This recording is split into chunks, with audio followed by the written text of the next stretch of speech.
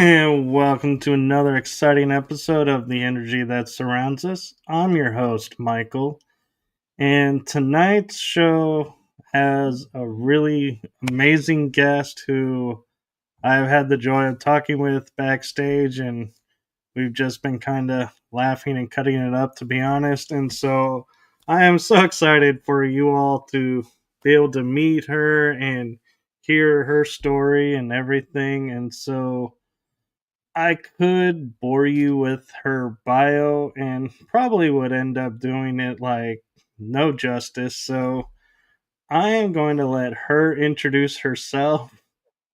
So I'm going to turn it over to the one, the only, amazing, comically lovable Jessiy Hawthorne.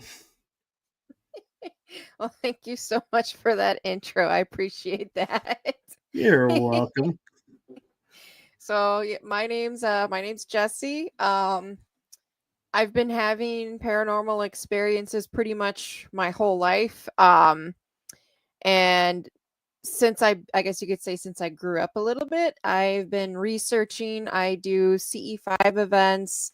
I do paranormal investigating. I don't like the term ghost hunting because I'm not really hunting anything. I'm just looking for stuff, investigating history and everything like that. Um, I'm also a Reiki master and certified sound healer. And I go to paranormal expos and give people sessions of Reiki and sound healing. I just did a fundraiser for the psychic medium Chris Fleming this past Saturday, and we were able to raise a good amount of money for his cancer fundraiser. So that was a lot of fun. I was happy to donate my time and participate in that and help him out because he's become, a good friend. He's a very, very great soul. So it was a lot of fun. Um, let's see, where should I start? So one of the first memories that I have actually was probably about 5 or 6. So the area that I grew up on was an Indian burial ground, which I didn't know that until almost at high school when I started to research the property, and it was across the street from a golf course, which that whole property was part of it as well. Oh, I see Alicia. Hey, Alicia. Yeah, I did a healing on her back in October. Very So cool. so that's pretty much like the probably the main reason why I had all the experiences I did was because it was a Native American burial ground. Like we would find arrowheads in the creek in the back, or if my mom was gardening or digging a grave for one of our many pets, she would pull up arrowheads or pieces of them. Um, so I think I was 5 or 6, we had woods that were like 2 acres of woods behind the house, and we had two like really big yards. And the one had a creek in the back. I was in back, and I just saw like the top part of the head of like a gray alien, like just up this way. I could see its eyes. And I like was just looking at it, and it moved to the left, it moved to the right, and this is where it gets interesting because I think I remember feeling like kind of freaked out, like what is that? I don't remember running back to the house. I don't know if I did or not.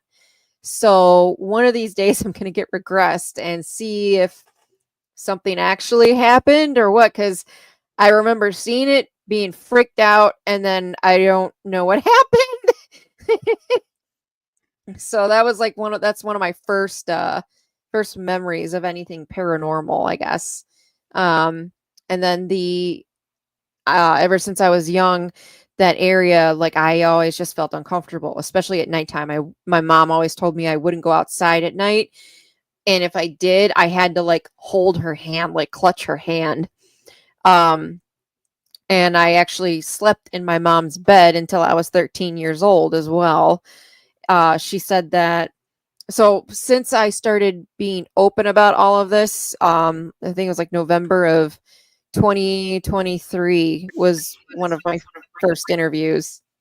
Um, since I started being open about it, I've been talking to my mom about everything, and she's like correlating stuff and telling me stuff I didn't even know about. Like she said that there were times where she would find me in my brother's crib, like with my little brother. Um, I know why, because so the house that I grew up in, it was part of it was an old schoolhouse built in like I think like 1901 or 1910. I just know there was 19 and it's a 1 and a 0 or a 0 and a 1. I can't remember which year it is exactly. And then it was built onto, they're called cottage windows. So they're like high up, it like towards the ceiling is where the windows were, not waist height where how most windows are. And I would see these 8 to 10 foot tall black shadow beings with like red eyes staring in the windows. And so that's why I would go in with my brother, with my baby brother, because I was scared to sleep by myself. My brother and I both are adopted, so we're technically not blood related. So that's another thing that I experienced the entire time I lived there. I blocked it, like my gifts, I guess you could say, out, because now that I'm older and um understanding a lot more, I guess you could say psychic medium empath type stuff. That would that would explain a lot of stuff growing up, especially like going to the bar and being really pissed off and depressed and not knowing why. Oh, I'm picking up everybody else's emotions. That's what's happening right now. And they all probably were happy as can be that they were no longer having to feel that. Pretty much. So I don't know, like I used to think, oh, it was demons in the yard, and now that I'm older, I'm like, no, more than likely it was probably like elementals or watchers or something of the land, because it was native land. So they were probably not too happy that we were on the land. And then you got me, this little kid that has these abilities that does not know what they are or how to control them. And I don't know if they were trying to get me to turn it off or if they were tormenting me because they enjoyed it. I have no idea. But I would always see them like on the edge of the woods, peering into the windows all the time. I've seen them pop into the house every now and then. They would pop in like the corner of the room, of course. So you look over and there's this big, tall, black shadow with red eyes just like smooshed in the corner. So that would happen all the time. And then God, how old was I? Oh, I'm just like, there's so many stories. I might bounce around with timelines when they pop into my head. Like I'm in the middle of writing a book. So I'm writing a book about everything that I've experienced, because honestly, like after understanding it and everything, I really don't want anybody to feel like alone if they're experiencing this, because I was alone. My graduating class was like 24 people. I already got made fun of for having dark hair and glasses and darker skin than everybody there.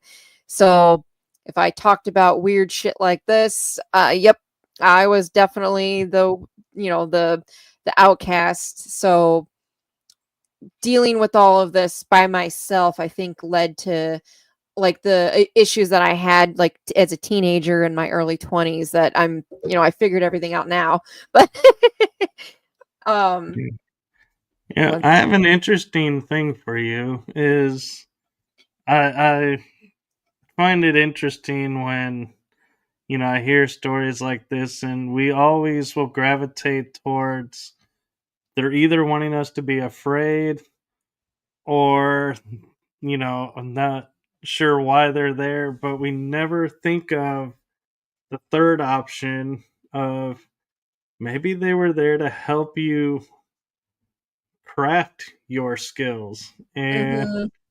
everything. And so they were trying to give you a gift, but being so young, you couldn't understand it at the time. And so I always find it interesting that we never seem to think of The And positive. you're right. Yep. I've thought about that like now, but yeah, like you were saying, I was young. I didn't know what was happening. And like there's a friend of mine, Mike Rickstucker. He has a book Oh called yeah, do you know Mike? I do. Okay, yeah, his one book it's about shadow people and shadow beings, and like he talks about how who says that they're bad? You know, it could we only see, 10% of the light spectrum.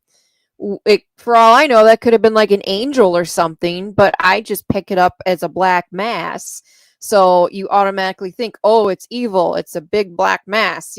So we don't know what it was unless you actually can communicate with it. You don't know what it is. So that's why, like, when I investigate now, if people are like, oh yeah, there's demons here. Oh, well, why do you think that? Well, I've seen black shadows. Well, you don't know what they are. They could be technically like the ghost that's in the house, and you just see it as a black shadow every now and then. It could be, like I would see little ones every now and then too. It could have been fae for all I know. So it's just a matter of like the perspective. And I mean, yes, what would happen was not very good because I ended up actually getting an attachment when I was young, not knowing that. So my dad died when I was 10. My cousin was over with my aunt and my other cousin, and it was my aunt's birthday. And we lived in the country, and they lived in like kind of Blue Island area, so like more towards Chicago. So it was a good hour to bring them home. So um, we brought them home, and I kept wanting to like stay longer to play with my cousin. And we got home, and my brother and I were watching Empire Strikes Back in my mom's room. And my mom comes in the room, and she's like, "We got, yeah, I know, I remember that." She's like, "Jess, we gotta, take your dad to the emergency room, get your brother ready." And I remember we had to do this every now and then because he had really bad asthma. So I was like, "Oh, okay, don't think anything of it." I get both of us dressed and get us ready. And then we get in the car, follow the ambulance to the hospital. And I always thought that I busted in the room, but I now talking to like realizing things, I think I actually astraled into this room. So we were in the waiting room, and my mom got taken back, like to the back, and I heard her scream. And I remember just like, busting in the room, and I saw my dad, and he was blue and purple and everything. So I saw that when I was 10 years old, and I think I actually astraled because I was like, poof, I'm there. I don't remember running into the room or opening the door. I was just poof in the room, and then I was poof in the waiting room. So I think I might have astraled by accident or something. Um, so that happened when I was 10, and I think that's when I shut everything off because I don't remember really being scared or anything like that or being tormented by whatever was out there for a couple years. And then I hit puberty and then started getting the feelings again of like outside and everything, and seeing stuff in the woods. We would get rocks thrown at us from the woods, and we would go and look with flashlights and everything. Nobody was ever there, but rocks would get thrown from the woods. They would hit the propane tank or hit the driveway. And when I was about 14, my mom told me that my dad actually died in the driveway. He didn't die at the hospital. He died in the driveway. So me being a teenager, I bought a pendulum board, and I thought I was talking to my dad in the driveway. I was not. That's when stuff got kind of violent after that, and stuff would happen inside the house, not just outside the house. And nowadays it's like, oh, well, I opened a doorway like an idiot and I didn't close it. Oops. So one thing that I find interesting is when I was growing up, like you, I had shadow people around, and I would see them out of the corner of my eye. And when I looked directly at them, they would phase out and just disappear. So I viewed it as, because I grew up in metaphysics, going, oh, we're playing a game, hide and seek, on a totally another level. And so I'm like, I'll be watching TV and I'll see them out of the corner of my eye and they'll crouch closer and closer. And then I'll turn at the last second, look at them, and they disappear. And it's like, haha, got you. And I viewed it as a game. And then I found I was interviewing someone and they go, oh, yeah, the shadow people, there's these dark entities that are really bad. And I was like, wait a minute, I played with these things when I was younger. What are you talking about? What was I doing? And I got a little nervous. And then, like you, I talked with Mike and others, and I was like, yeah, let's chill on the labeling stuff as good and bad until we really know what's what. Yeah. I think the whole reason I viewed it as bad was because after the pendulum incident was when, like, I would get marks on my body, stuff would get thrown in the house, um, or like stuff would get moved in the house, and then I started having some serious, like, mental health issues. Like, I started cutting, I tried to kill myself, all types of shit like that was happening, and I didn't realize until, like, recently that, oh, I had an attachment, because anytime I was happy with, like, a boyfriend, I would, for some reason, go like psycho and like over paranoid. Yo, you're cheating on me, and I would be like I would be a bitch, and it never made any sense to me, especially because of the person I am now. Like, I tell people how I was back then, and they're like, "What? That doesn't make any sense." Like, I can't view you as hateful. I'm like, oh yeah, I hated everybody and I hated everything. That's just how I was. And one of my last interviews, they asked me um, when it stopped. And I was like, I'm not really too sure. And then the answer popped into my head. It's like, oh my God, it was after that property got foreclosed on and we moved. That's when it stopped. That's when, like, I had no more issues. Like, I started thinking positively and I was more happy about life and everything like that. So, like, that it's just crazy to me that I never really put two and two together, but ever since I've been trying to, like, piece all of this together, it it's starting to make more sense now. So it's like I had an attachment and it didn't leave me alone until, I the house got foreclosed on and we moved. We moved only 5 miles away, but I think it stayed there. And so this is what's freaking nuts now. So I'm sure everybody knows about the Conjuring house and how the house would try to call Andrea back to it. That's what I'm dealing with right now. So I started talking about the house in November of 2023 and all of my experiences publicly. Like, I never talked to anybody about this aside from close friends here and there and my mom. uh I got a digital camera in like 2000 and like oh god, it was like mid 2000s, and I would take pictures outside and there were orbs everywhere, different colors, different sizes, you could see them move. And like, I know there's the difference between like dust particles, quotations, and there's also actual orbs. How that's how I feel, because the pictures that I would get, there is no freaking way that all of that was only dust. Like, you could see like faces in it. There were like purple ones, red ones, blue ones, like all different colors, and like you could see them like as well, like without photography, like out of the corner of my eye, you could see like the glowing of them. So I knew there were orbs on the property. So my mom knew about this stuff. And then another thing, I think it was the year before we ended up having to move out. My mom's boyfriend, he's pretty much my stepdad now. His brother was coming home from work, and he had to drive past the house on his way home, and we were all in the house, and he called and he asked, "Oh, why is Chris out in the yard?"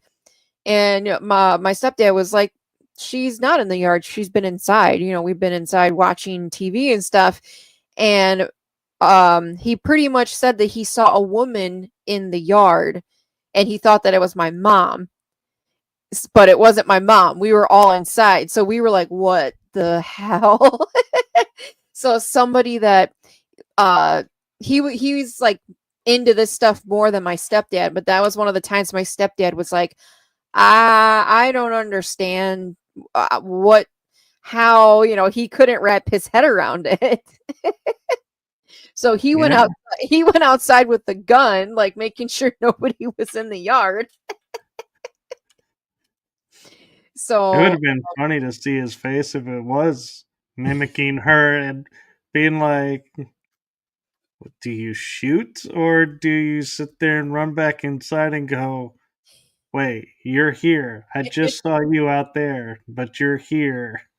right. I don't know what I would do in that situation. Yeah, I don't know if it like it's just weird because like I don't want to say like we were saying, like positive or negative. It's like that instance doesn't really have a positive or a negative. We don't know what was in the yard. It's just there was a woman in our yard, according to my stepdad's brother. So it's just interesting to me. And my mom always reminds me, "Oh, make sure you tell that story when you get interviewed next time." And I actually remembered this time. So she knows about the paranormal stuff. She's never had an experience herself, which is odd. But like I don't know. Like she's open to it, but she's never really had the experiences that I did, or my first fiance when I was like 18, because we lived there and he experienced all this with me. That was the first time that I didn't really feel alone, was because he would experience it as well. Like we would hear like talking in the house, but like they were muffled or like underwater all the time, and we would like go looking like, why do we hear talking? There's no TVs on. One of my, I guess you could say, favorite experiences, because it's so vivid in my mind. um so we were house sitting for my stepdad when my mom and him were up in Wisconsin fishing, and he lived just down the road. Like I could ride my bike there. So we went there, took care of the cat, fed the fish, grabbed the mail, all that stuff. And when we were there, so his house had like cable. I grew up pretty much without TV. So we're like, "Oh, cool, TV." So, we were watching TV, and the toilet kept flushing in the bathroom down the hall, and we're like, "The hell?" And we go in there and we're like, "Okay, that's weird." And then we heard like banging on the wall in the hallway. And then a book flew off the shelf, and we were like, "Okay, nope, F this, we're out." So we decided to leave. And as we're getting up to my house, my Bobby's his name. He's given me permission to use his name. He's like, he like slowed down and he like looked at me, and then he started, I'm like, "What's the matter?" And he's like, "I think I just saw something cross the road." And I'm like, "What, like a deer?" And he goes, "No." And then we go up a little bit, and we both look out the passenger window, and there was this huge shadow figure that literally turned its head and looked at us, and its eyes were actually like a bluish white color. It just like gives me goosebumps thinking about it. Like it was nuts. And then he just like slammed on the gas, and we drove around in the middle of nowhere for 2 hours because we didn't want to go back. And he said that what he saw was like this black tall being cross the road, like right at the edge of his headlights. So he was like, "What is that?" So that's why he drove up, to see what it was. And that's when we saw it just like slowly turn its head and look at us. It was freaking creepy. So does he investigate the paranormal now? No, not so much. I mean, he believes in it. We used to do that way back in the day. Like we went to it's called Diversitech. It was like uh abandoned mental health asylum that was out this way. So we went there a few times. We went to cemeteries, um, and all of that stuff when we were together. I don't know if he's done any like paranormal stuff lately. He lives in Arizona now, so I don't even see him.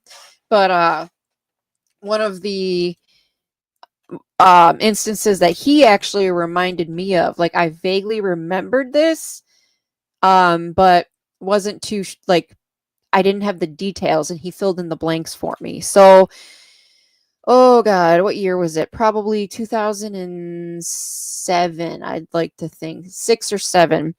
Um, I was just riding my bike around the area, and I noticed this path that went into the woods, and this probably about like a mile and a half, 2 miles from my house.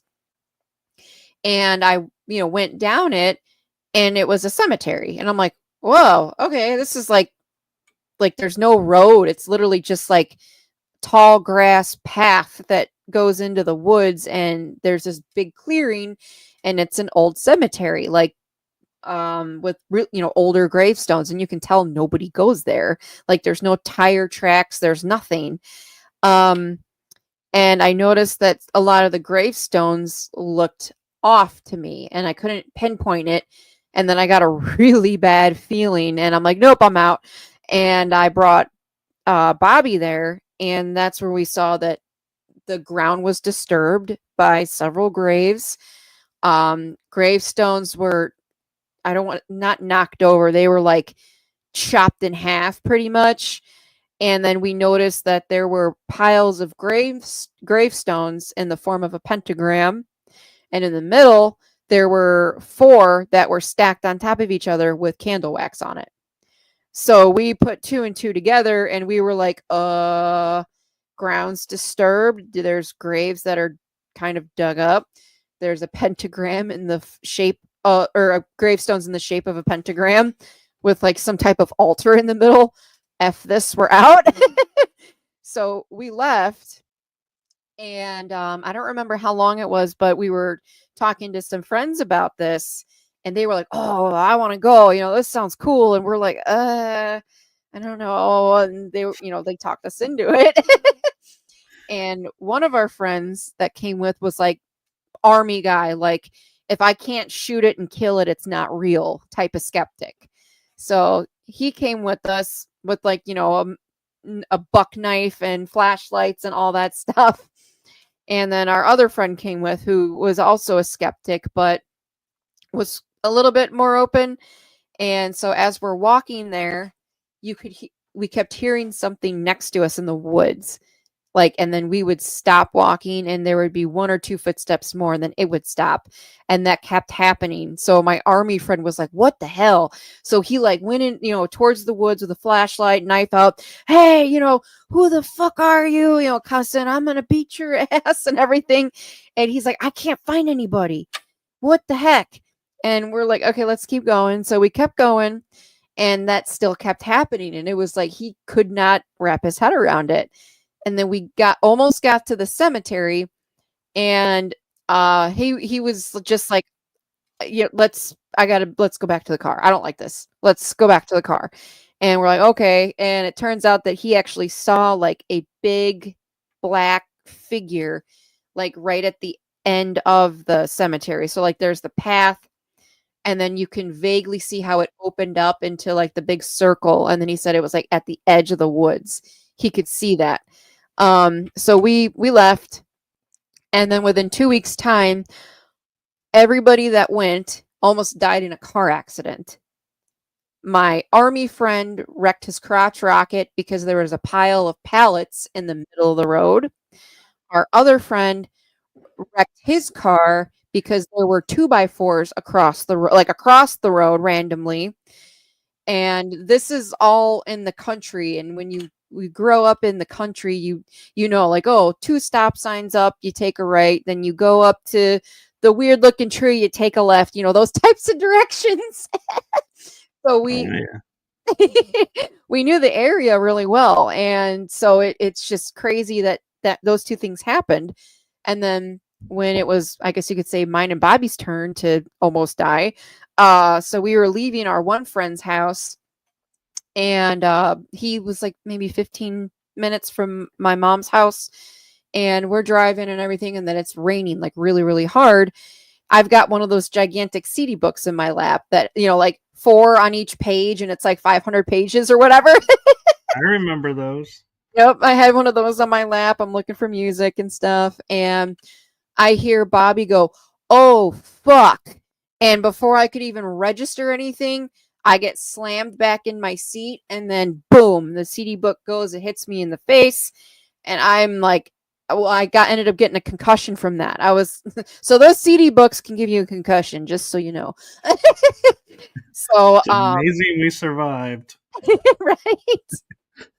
So what happened was, well, we know the roads really well, and we know when there's stop signs, we know when there's T intersections. It was almost like we went through a portal or something, because we were only driving for not even 5 minutes, and then poof, a T intersection was in front of us, and Bobby was like, I either slammed on the brakes and we end up face first in in the 10-foot ditch, or I gun it and we jump over the ditch. So he chose to gun it, and that's why I got thrown back in my seat. And then when we hit the ground, that's when the CD book flew in my face. And so then we ended up calling, ironically, the two friends that were with us, because we were all at our other friend's house. So we called them, and then I had to go to the ER and everything, got a concussion. And then we were going over what happened. Like, how did we not, there were no signs. Did you see any signs? No. Yeah, I didn't see any signs either. There were no signs to say like, hey, this is coming up. And we're like, we were only driving for a couple minutes. Like, I didn't even have time to even get a CD like picked out. Usually, it's pretty quick when you do that, like flipping through and you're like, oh, okay, this one. Like, I didn't even have time to get a CD picked out. So how did we get to that intersection that fast and then get into an accident? It's just crazy. We still don't know how that happened. So that's probably one of the crazier stories that has anything to do with the area that I grew up. Was creepy necromancy graveyard, and then everybody ended up almost dying via car accident within 2 weeks time. Wow, it's like the story of the wrestling next to you. I had that happen to me in France, and I called it a guardian spirit that was like saying, don't come in. But maybe that's what you encountered. But man, having those experiences kind of like puts in my mind those movies, the Final Destination movies.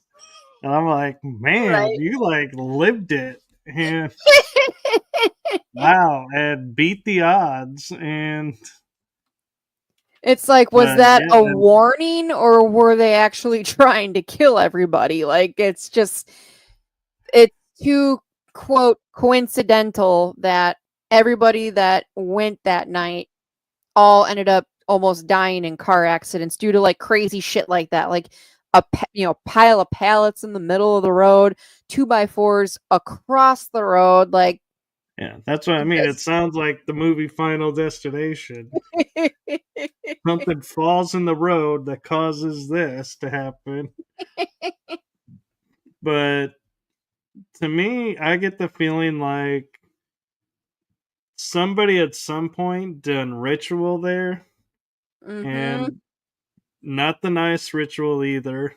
Mm-hmm. But it seems like maybe they didn't finish it, and so I don't know. I'm theorizing here, but it's what I'm feeling is you're open and you're in tune with stuff, and they're like, wait a minute, we need to finish this. She can sense us. Let's get her and her friends to come in, and we can complete the ritual, even though Right. whoever was doing it was long gone.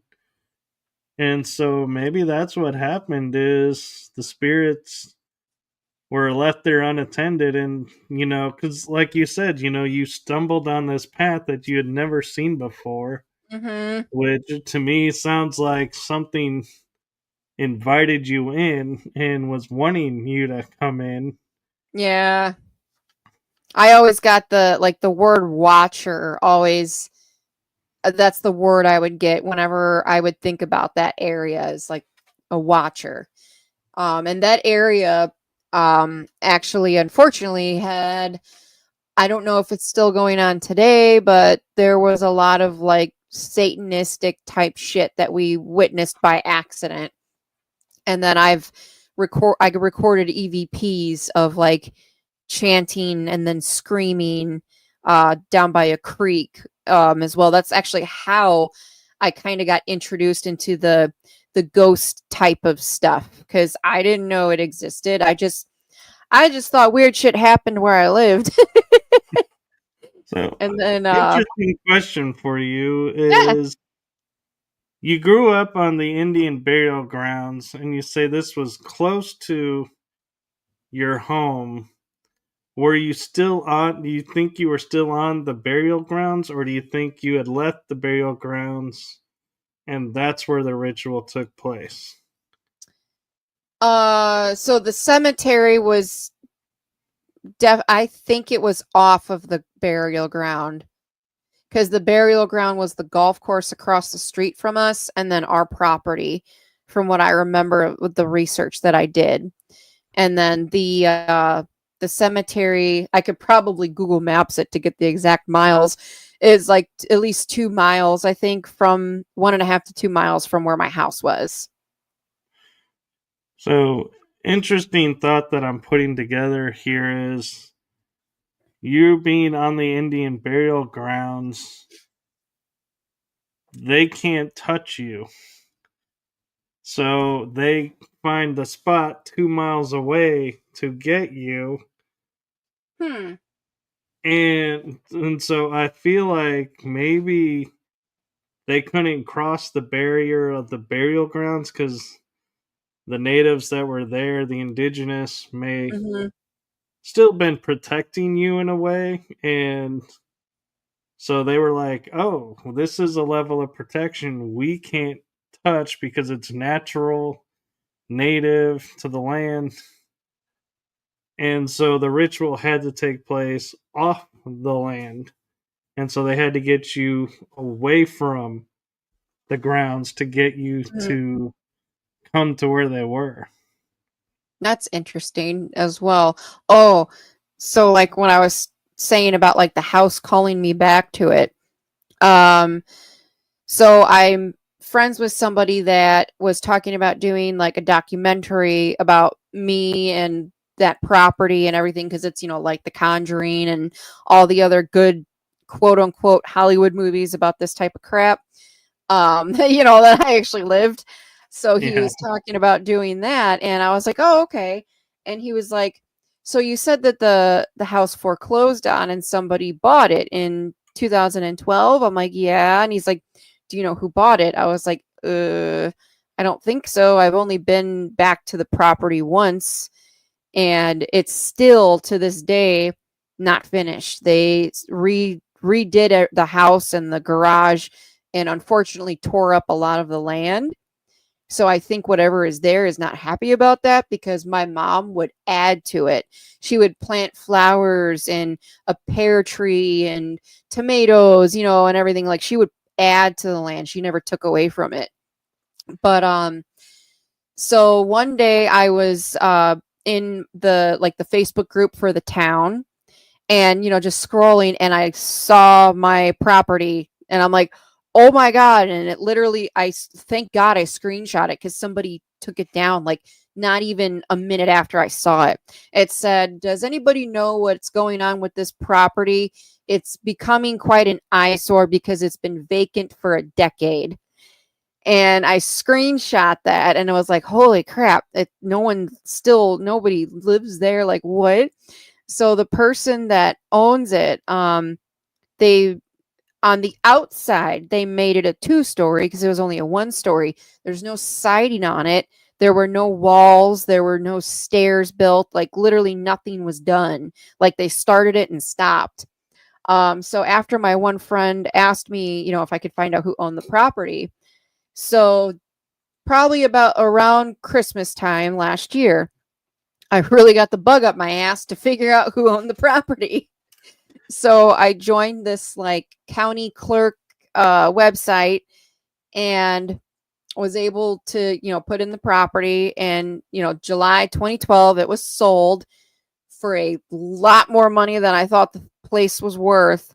And it said the person's name. And the person's name was very familiar to me because he was 2 years older than me in high school.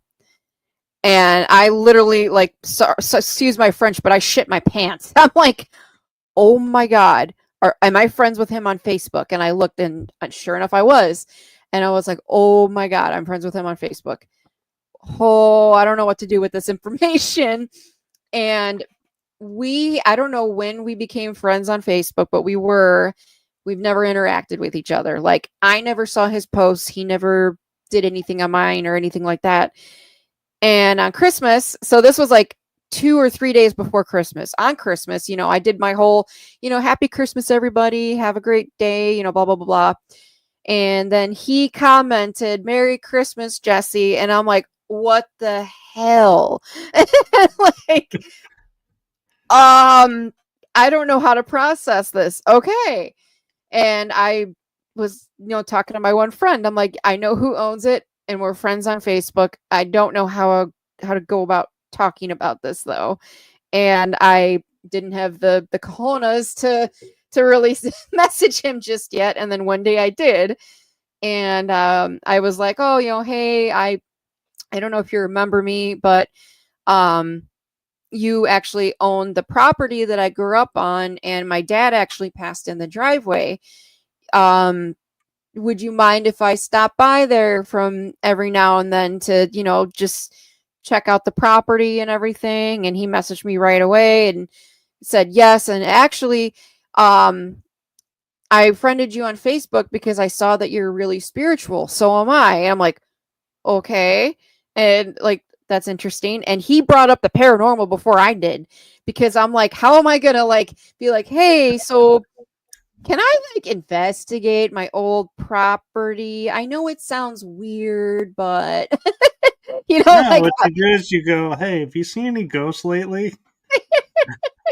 Seen any shadow beads lately hanging around? If what's so, crazy I is can he help said you. that he gets growled at actually. And I Really? was like, really? Because that would happen to me all the time. We would get growled at from the woods and shit. And he's like, yeah, I just growl back at it. And I'm like, oh my God. So he's had experiences on the property and everything. And so we were, just chit-chatting and everything. So I've been talking about the property for like, let's say, so when I talked to him was in like January. So the last year I've been open and talking about this. He told me he doesn't know why, but for the last year he hasn't been able to get me out of his head. He's been thinking about me a lot for the last year. He's not sure why, wondering how I'm doing and all this. And I'm just like, so I've been talking about the property for the last year, and you own it. And now you're thinking about me for the last year. What the hell? Oh, I was sitting there thinking in my head as you're telling the story, going, it's the house. Mm-hmm. It's the house. Like, I don't know if he made a new foundation, because the foundation, that was one of the reasons it got foreclosed on, was because the foundation was fucked. It needed a whole new one, which is a lot of money. And my mom was a single mom with 2 kids, and she could barely work, so she didn't have the money for that. So I don't know if he built a new foundation or what, but I think everything that was there, like my actual house, is not there anymore. So I think it's the land that's like, I don't know if I don't know, it sounds weird, but it's almost like the land's calling me back to it. And there's been one time that I went back at nighttime with my current fiance, when we first started dating in 2015, Christmas, ironically. I was like, oh, I'm going to drive you past where I grew up. So when I talk about it, you have an idea. So we drive past it, and I was like, yeah, that's, the one yard. This yard had like the sky fort and stuff. That's not, I didn't grow up in the 2-story. That's still not finished. That's what they're doing right now. And then we drove up, and I was showing him the woods past the 1 yard. And I was like, so that's where Bobby and I saw that figure look at us, and I'm telling him this shit. And then I drive up a little bit more, and we're both just looking out the window. And then I saw one of those goddamn shadow figures, like 50 feet from the car in the middle of the cornfield. And I like hit the gas, and my fiance's like, what the hell, babe? And I was like, I saw one of the shadows. I saw one of the shadows. Holy crap. They're still there. They're still there. And he was like, whatever just happened, I got goosebumps. And I don't know why, but I got goosebumps. So Man, I have yet to go back at nighttime. I need to conquer the fear, that's for sure. I want to go back during the day, like me and the owner have discussed getting together at the property and chit-chatting and stuff. But it's so crazy, excuse my French, but like it's just the coincidences or synchronicities are a little too prevalent, if you ask me. I agree. And kids like hell, they very well could be. We don't know what the shadow people are, honestly.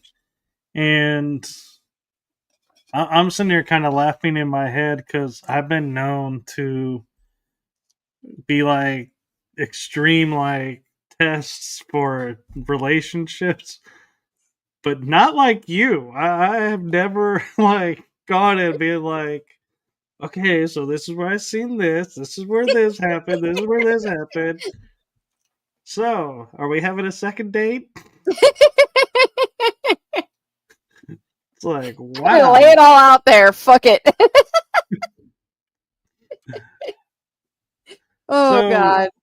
I'm kind of curious a little bit, and it's a little sidestep, but to something else that you do that you mentioned. But I'm wondering your experiences growing up on on the burial ground and everything. Do you think that's what opened you up and brought you to experience and gravitate towards sound healing? Maybe. So I guess you could say a lot of it's thanks to my ma, because she's always loved crystals, so I shared that. And I always had the ability to, heal. I would be dating somebody, and they'd have a headache, and I put my hands on their head, and they'd feel better. I never knew that there was like that was a thing. I have Yeah. that. And again, the universe is funny. So in December of 2019, so my mom lives a good hour and a half from where I'm at. There's an area that's kind of in the middle called Tinley Park, which you're from here. Tinley Park, Orland area. Right. Yeah, so that's our halfway point. So usually we meet up at like Cracker Barrel or one of the restaurants in that area. One of the restaurants. Everybody meets up at the Cracker Barrel. So we'd meet up at a restaurant, but this day she called me and said, oh my God, Jess, there's this crystal shop that I just happened upon. It's really, really nice. The owner said he's going to stay open late till you get here. Here's what it's called. I was like, oh, okay. So we went, and I was looking at everything. He had a lot of cool stuff. And I was having a lot of anxiety back then, like not sleeping and like panic attacks all the time. I can't And imagine why. right. So I asked him like, oh, what crystal do you think would be best for that? And he goes, oh, amethyst. I'm like, okay. And then we're talking, and he looked at me. He goes, have you ever heard of Reiki? And I'm like, no. Why? And he goes, so Reiki is a form of universal healing energy. We have a Reiki share here once a month. So the next one's next Wednesday if you'd like to come. And I'm like, well, how does it work? He goes, you come and you meet everybody. And since you're obviously not a practitioner, you can have people do Reiki on you and see what you think. And I'm like, okay. So I showed up, and that's how I ended up meeting so many of my best friends that I have now. I got a session of Reiki done, got the good goosebumps, not the haunted shit goosebumps. So like I got the good goosebumps and I was like, "Oh my god, this is awesome. How do I learn how to do this?" So within a couple months later, he's like, "Oh, well, I teach it." And I'm like, "Oh, cool." So I got my level 1 certification in May of 2020, and then I think it was that September or October I got level 2, and then about a year later I got my master level. And then I've been a musician my whole life as well. I played the flute and everything from 4th grade until I graduated. I think I'm one of the few people in my class that was in band and chorus the whole way through school. So I've always liked music. My mom got me a guitar for my 14th birthday. I was, in metal bands and loved metal music. So I've always had the knack for music. And then I found out about sound bowls. And I was like, oh, these are awesome. I went to like sound baths and it felt right. So then I guess you could say I added that to my repertoire. So I have 8 crystal sound bowls, and then I have a couple smaller metal ones. So I use the metal ones during my sessions because I could put them in my hand. And I go over people with them. And this past Saturday, that's literally what I did. I did 15-minute sound healing sessions for it was like $20 that all went to Chris Fleming's fundraiser. So I did several of those on Saturday, and a lot of people had a lot of good things to say about it. So it was cool. But that's how I got into the Reiki and sound healing. It was kind of the universe. Like, oh, there's just crystal shop that my mom just happened upon, and oh, he's just gonna stay open late for me, and oh, he's asking me, do you know what Reiki is? Love how the universe works. hmm And that's So, being a flute player, do you ever dabble in like native or Peruvian flute music? oh, I love it. I haven't been able to. I want to get like an actual legit Native American flute and learn how to play it. I have a friend who has almost any type of instrument you can think of, like all types of. She even has a didgeridoo. Like Oh, she has those are cool. she has everything. But yeah, go dabbling into Native American music is something that I want to learn how to do more. I also practice shamanism as well. I've taken a couple classes for that. And ironically, growing up, a lot of people, well, I got asked a lot when I was younger if I was native. I always said no because I didn't know what they meant. But I always knew how to find water, what footprints were what footprints, like animal wise. I knew what game trails were. Like I knew a bunch of shit I shouldn't have known when I was younger. You could track. And yeah, like putting all of that together, it's like, oh, and then pretty much finding out that I was native to the East Coast, like on the East Coast in a past life. All of that fit together and made sense. Like when we were out east, I felt like I was home. It was a different type of feeling. And then we were on this mountain and never been there before. And we're just, walking up this really steep, rocky trail. If you take one step too far to the left, guess what? You dying. So it was very dangerous, but we were going up the trail, and I think I had a walk-in, like a soul walk-in or something, because before I know it, I'm looking down and Steve's nowhere near me. That's my fiance. And he's like, babe. And I look up and he's like far up, like 100 to 200 feet up the trail. Like I went down the trail, and he said that it was like, I just like something switched in my brain and I just started literally like hopping down the trail. Like I've been on it a million times. I was like, are you serious? He's like, yeah, you just like turned around, started humming, and you like just hopped down that trail like you've been on it a bunch. I'm like, well, that's interesting. I don't remember doing that, but okay. Yeah. I'm not sure if it'd be a walk-in or if maybe Like a past life memory yeah. or something. Yeah, it was interesting. So I was interviewing a friend, Dr. Heather Langdon. I'm pretty confident that's her name. Hmm. And she informed me when you are experiencing something like that and you can smell, you can taste, you have all five of your senses in that moment, you are actually physically there. Hmm. And Interesting. so I was like, that is interesting. And so it's kind of interesting that maybe it's kind of like a little timey, wimey, not to count, not to go Doctor Who on you, but timey wimey thing of partly time travel, partly past life, partly, you know, a mixture of events that happened at the perfect moment that you tuned into Right. and were able to experience, even though it, for no rhyme or reason should have worked. Right. Yeah. And And the fact that I've got the abilities probably, helped with that.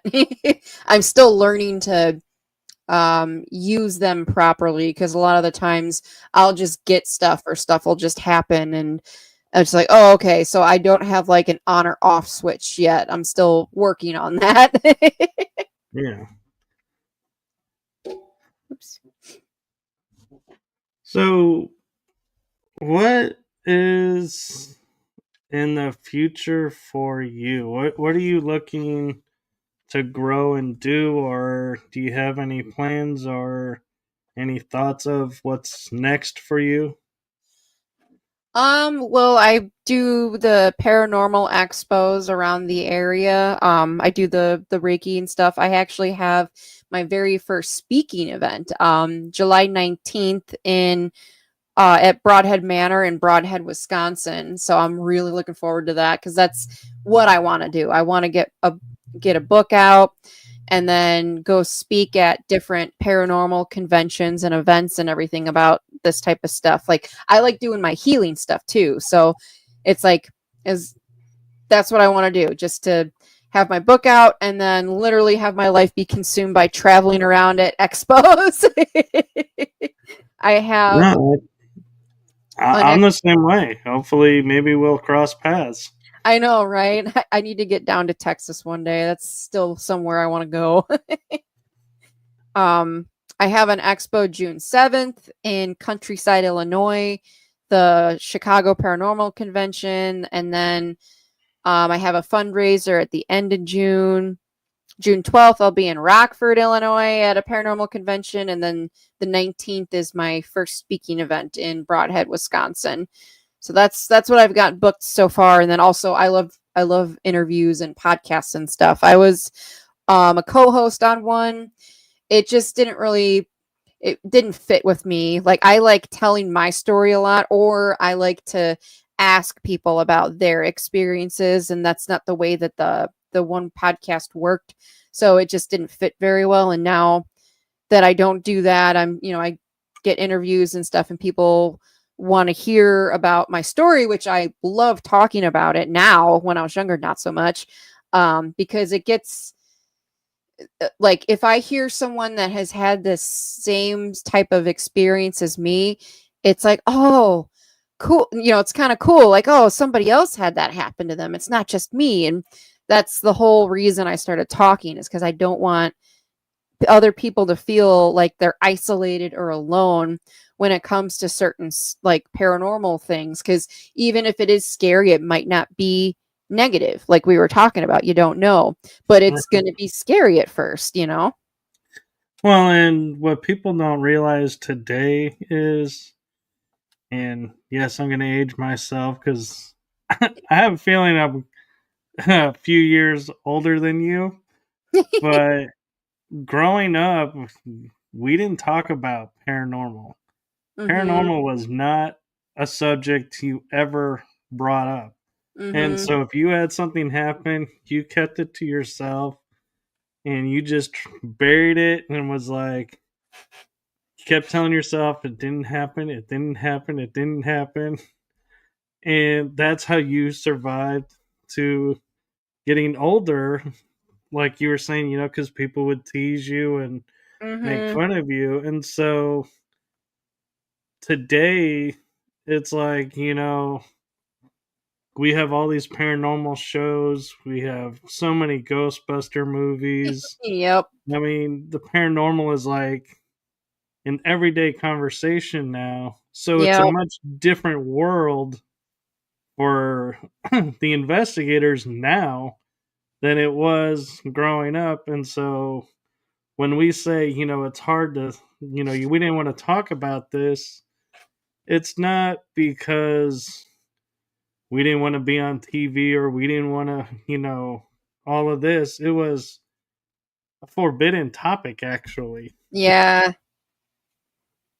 Like you're not supposed to, especially like I grew up Catholic, so that was you're really not supposed to talk about that. Yeah, which always surprised me because they talk about the Holy Ghost Right? and Christ and God, and it's like it's literally in your In your book. nomenclature, Yeah, but exactly. you tell us we cannot talk about it.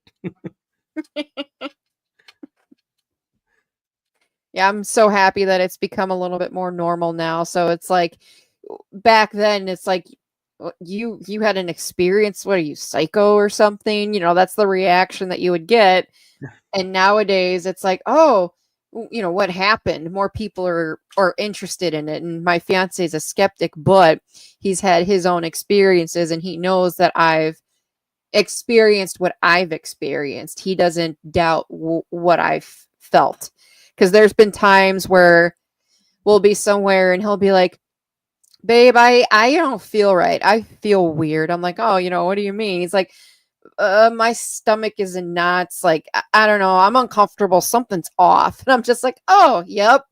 Yeah, I've been feeling that for about 10 or 15 minutes now. And I didn't want to say anything because there's times where I know something's around and I just don't say anything because I want to see what his reaction is. Right. Kids Like Hell, if you have a moment, has a interesting question for you. Yeah.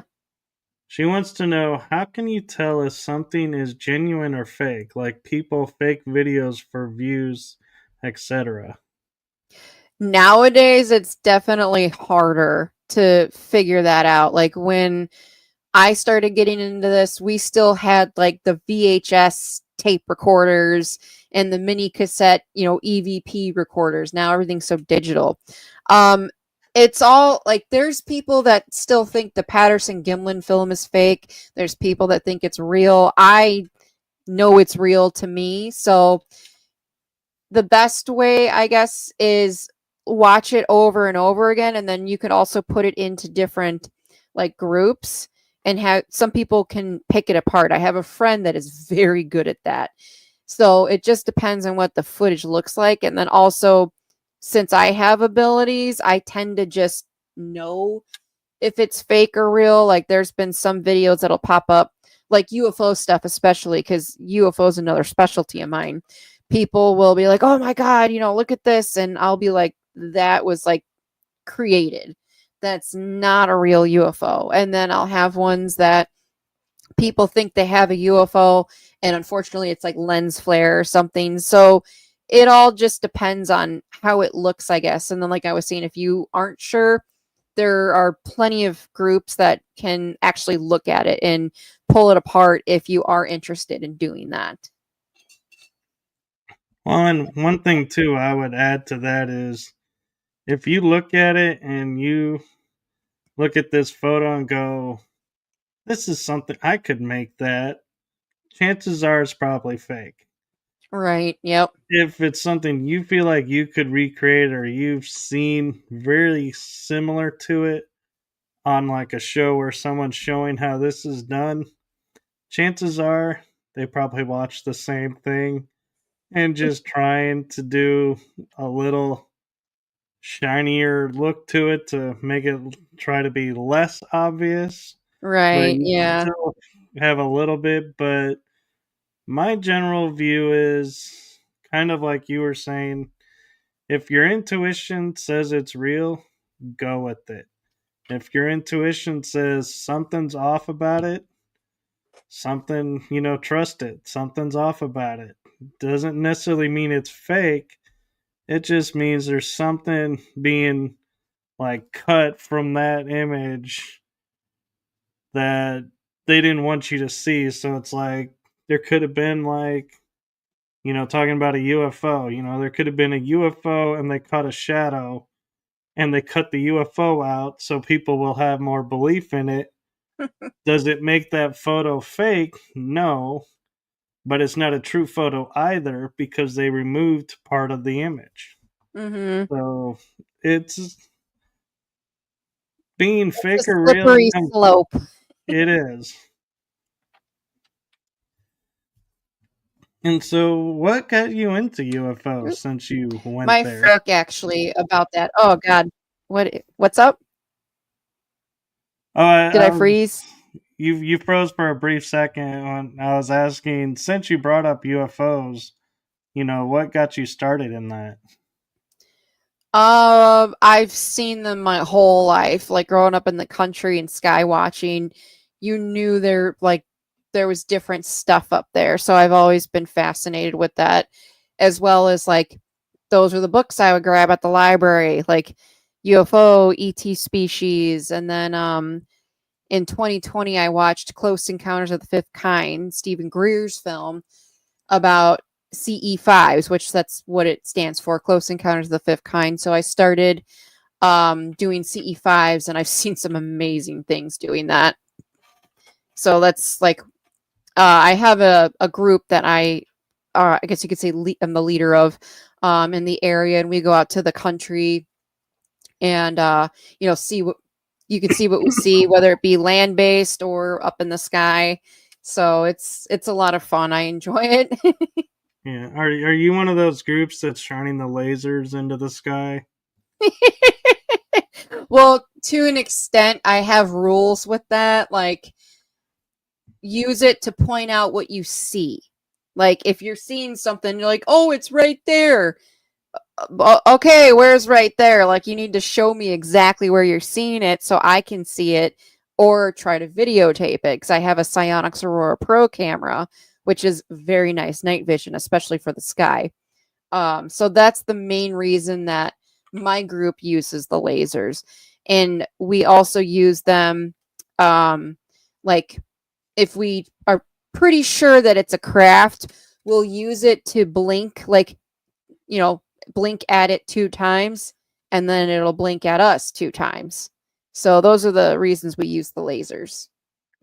Yeah, because ironically, I was watching a TV show, SkyMed, and it's about bush pilots that are the medical pilots in the bush country in the north and Alaska. And these kids shined a laser and blinded the pilot, and it was like Oh, several months before he got his sight back. And I God, was that's like, horrible.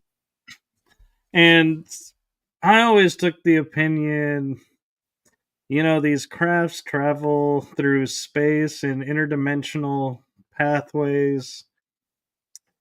Do we really need to shine a laser to say hello? Do they really No, need that's a true laser to too. tell us we're over here?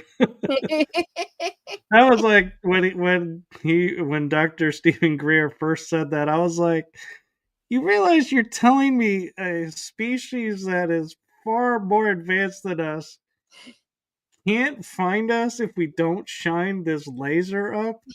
I was like, are you sure that's what you want to hang your hat on, sir?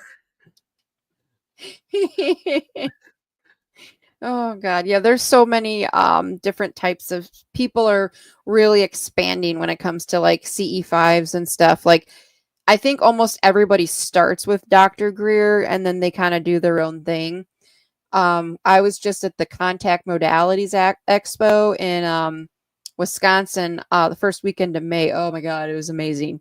I got to meet so many awesome people. But we did a sky watch, and the way this woman did it was she rang a singing bowl for like 10 minutes. So it was one note for 10 minutes, and then she had us all do this chant together, which I've never chanted before, so that was different. But according to her, that's how they get a lot of activity in like Mount Shasta and stuff. So I was like, okay, I'm open to it. I do it more as like we'll listen to a meditation to all get kind of aligned and make sure we're pushing out like love frequency, no fear. That's my number one thing with my groups is you cannot have fear. If you have fear, please leave, because think about it. If you walk into a room and everybody's scared shitless of you, are you going to want to hang out and chit chat? Probably not. Fear is a very negative based emotion, and you can feel the tension in the room if like two people were arguing, so that's one of my things is if like I always test people like, oh, so if you're laying in bed and an ET pokes its head into your bedroom, what are you going to do? If you're going to scream and run away, you need to work on that, because that's fear. I used to have that fear and I worked on it, and now it doesn't scare me like it does. Because yeah, I mean, they're probably not going to look like us, and that is going to freak us out, but that's how we were brainwashed into thinking. See, I have a much different answer than you. If it's a friendly feeling looking face, I'm like, hey, how's it going? If it's a face that looks like or feels like it's got some issues, I'm like, hey, two houses down, you're really close. You're just a little off on your GPS. It's two houses down. Right. Kids Like Hell is asking if says that someone said that Stephen Greer wasn't a good person. I have no opinion on that. I used Yeah. to follow him, but personally, when he started having to have bodyguards and I heard locked doors to talk, I tended to go, okay, well, that's you. I'm going to go over here and I'm going to go listen to these people. So I So, do have a friend that got healed at one of his events and knows him. So I go on, so I'm very first or second person based. So if the internet says somebody's a bad person because of XYZ reason, okay. But if I know somebody that knows said person, I'm going to believe that first.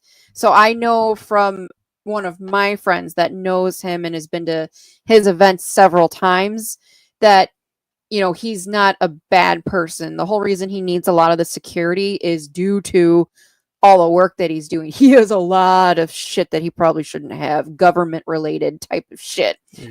So that's the whole reason for the security. But I've been hearing rumors about that too, like, oh, he's conning people or he's doing this. And again, uh, I'm not going to say that on the show. Everybody has opinions, so everybody can make their own. I don't think he's a really bad person, but that's because I have a friend that personally knows him. So everybody's entitled to their own opinion. All right. Like I said, I don't have an opinion. It's just I go by if the information resonates with me, Yeah. I'll hang around and listen and share it. And if it doesn't resonate with me, it's not saying the person's bad or wrong. It's just not I'm not at that level or not at that space, and so I choose not to engage. And I would rather people, if they don't like what I'm saying or you're saying or anybody says, personally, I feel like the better thing to do is just walk away Mhm. and go about doing whatever you're going to do. There's no reason to badmouth anybody Mhm. or make drama. We Yep. we already live in a drama-filled world. We don't need more. So, Exactly. like, I even got in the paranormal field because I thought this would be a drama-free world. Same. And I've been Yeah, finding out the opposite. It's like, oh, yeah. come on. Like, God, there just is no escaping it. Yep.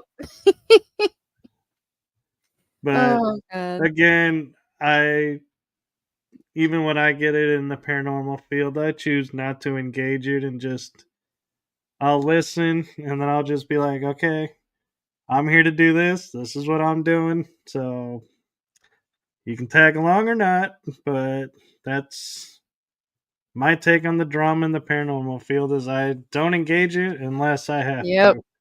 Yep. Same. I think the closest I've gotten to it's not even really engaging it. I'm just not doing a certain expo anymore because um the people that run it made fun of Chris for having cancer. That's not okay in my book. So I will not be doing that expo.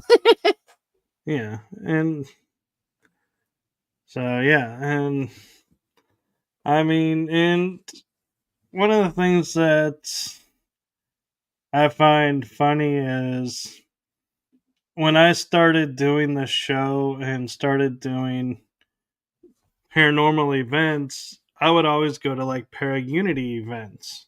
Or Mhm. I would say, yeah, I'm all about para unity. And people would go, stop using that word. And I'm like, why? They go, it's got a bad connotation. People used it and it's got tarnished. And I laughingly said to that person, I said, well, then I'm glad I can use my shows and I'll just buff that little corner and bring a little luster to that tarnish. Because I'm like, to me, there's no other word really that is just flows off the tongue, to say paranormal community, para unity. Yeah, yeah. That's what we should be. Yep, 100%. I agree with you there. So we're getting. Oh, wow! I actually surprised we are running over an hour. I didn't even realize time had jumped that far. Right. I talk a lot, sorry. Oh no! Believe me, I'm just as guilty. But I'm curious. One last thing with something that I get asked a lot when I do shows or interviews that I think is a really important question and is something I think a lot of people benefit from is from your experiences, what advice and what knowledge would you want to pass down to the next generation of paranormal investigators coming up the woodworks? Um, well, kind of like what we talked about, don't judge a book by its cover. Don't think every bump in the night is a demon. Try to do your own research on stuff. Don't just believe what other people have said. If you go with your gut instinct as well, everybody has a sixth sense. So if your gut is telling you to leave, then you should probably leave. It's you don't know what is why you're getting that feeling, but every time I've actually left when my gut said to leave, nothing bad ever really followed me home. So so that as well as knowing that speaking out is a lot better nowadays than when you and I were younger. So talk about the experiences that you've had because since I've been open about all of this and public about it, it's been very healing for me as well. So it's like I'm healing these wounds I didn't even realize that I had because I'm talking about this and accepting of it. Yes, a lot of it was kind of negative growing up, but it made me who I am today, and I don't regret that. So always trust your gut. Make sure you do your own research. Just don't believe what other people say, and don't think everything's negative. Are probably the top three things I could think of. No, that's true. And the only thing I would say though about that is if you get a bad feeling and you're feeling like don't go there, don't probably not go. Turn around and go. There's no probable about it. Even I will go into situations and I'm like, okay, I'm really feeling uneasy. I will turn around and I will go outside and I will take a break and leave. Yep. It's not a question of fear or needing to stand your ground. It's you don't know what's there. And Hmm. so you don't need to take everything on. So, yeah, I mean, like you said, trust your gut, trust your instincts. I mean, they've gotten you this far. Why would they fail you now? Right. But yeah, so thank you for sharing your stories and your experiences with us. Yeah, of course. I had it. Time did fly. I've only scratched the surface too. I know there's like so many more things on your bio that I was like hoping to get to, and I was like looking at the clock and going, "Oh my god, we ran out of time." And so I would love to have you back on. Oh yeah, I'd love to come back on talk about more stuff. So we'll have to see about when we can get that to happen. And I want to take a quick moment and, on a side note, in the chat room, they're talking about a conference coming up that I'll be speaking at in July. It's a full disclosure conference in St. Petersburg, and the dates actually are July 15th through the 18th.